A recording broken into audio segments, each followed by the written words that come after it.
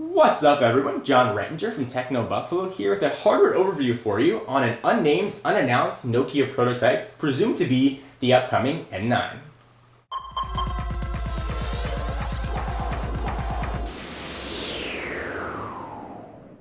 What's up everyone, John Rettinger from Techno Buffalo here with a hardware overview for you on an unnamed, unannounced Nokia prototype presumed to be the upcoming N9.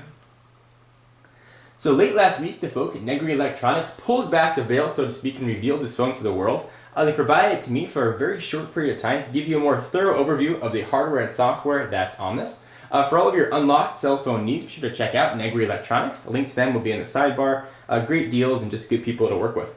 So let's go ahead and talk about specs. This thing is loaded with North American 3G bands, so you will get support for 850 and 1900.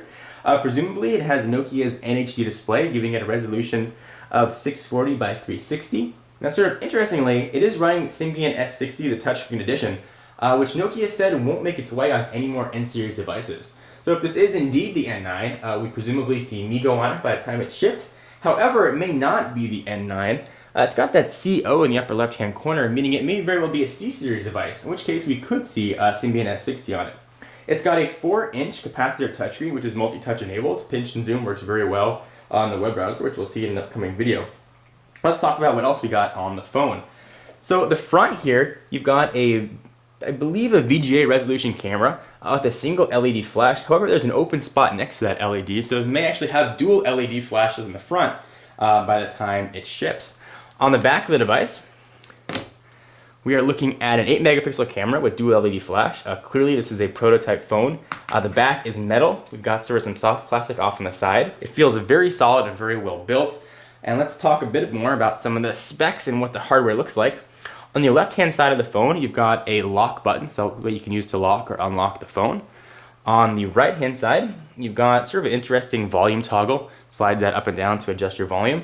You've got your expansion card right here, which I thought for a while was actually a physical button, but it's not. And you've got a dedicated camera button right there. Just a microphone and lanyard port on the bottom. Speaker on the front, that's not a button. On the top, a 3.5 millimeter headset jack. You've got a power and another lock button. And underneath this guy, we've got your micro USB port and HDMI out. Something kind of neat we're trying to see with a lot more phones. This is a slider, this sort of unique slider mechanism, so let me show that to you. Phone slides right out. It sort of feels very solid when it does it as well. And you get sort of that ergonomic raise, something we saw on the Tilt a while ago. And the keyboard is actually very easy to use. The keys are raised with a lot of tactile feedback. Clearly this is not a North American keyboard. There's some letters on there which I've never seen before. Presumably they are Finnish. So also we look at the phone here. We've got a very large space bar.